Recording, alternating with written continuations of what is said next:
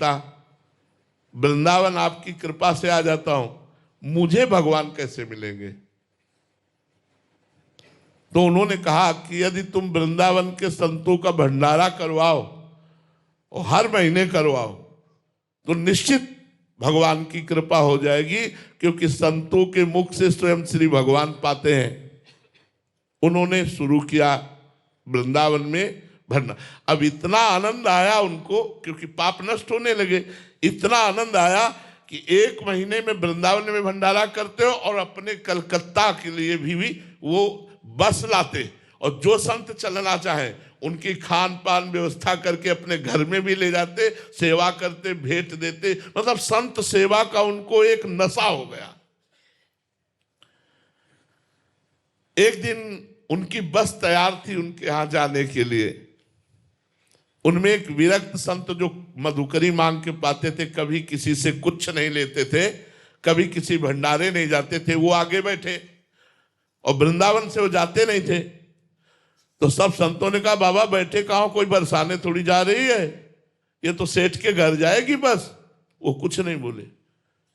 सब लोगों ने सेठ से कहा, सेठ तुम्हें आज फल प्राप्त हो गया भगवान के भक्तों की सेवा का। ऐसे विरक्त महापुरुष और मनमाला चला रहे हो, गाड़ी में बैठे गए, वहां पंगत पाई।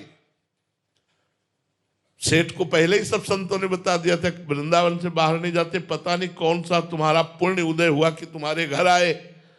वो सेठ गए, प्रणाम किया साष्टांग और कहा, प्रभु आज हम पर कृपा हो गई। तो उनका चल वृंदावन, बस इतना कहा, चल वृंदावन। तो ये समझे नहीं पाए कि हम तो वृंदावन से ही लेवा के लाए हैं और वृंदावन तो आते ही जाते हैं। बस चुप, इतना ही कहा, चल वृंदावन। और बस गाड़ी में बैठे और चले आए। 2-4 दिन हुए कि एक लड़का था पूरे साम्राज्य का मालिक, एक्सीडेंट में मारा गया। जो ही लड़का मारा गया, घोर दुख कि अब ये सब वैभव किसके लिए। तब उन्होंने मन में विचार किया कि भगवान, हम तो सुना था कि आप संतों की सेवा से प्रसन्न होकर के सारे दुख मिटा करके हमें भगवत प्राप्ति कराओगे, और संतों की सेवा सुना था इतने विरक्त संत आ रहे, ये सुख दिया आपने। उन्होंने सब संपत्ति को जो चैरिटेबल हैं उनमें बांट दिया, और अब कहा कि अब जीवन किस काम का। पति और पत्नी वृंदावन आ गए और बास करके नाम जप करने लगे।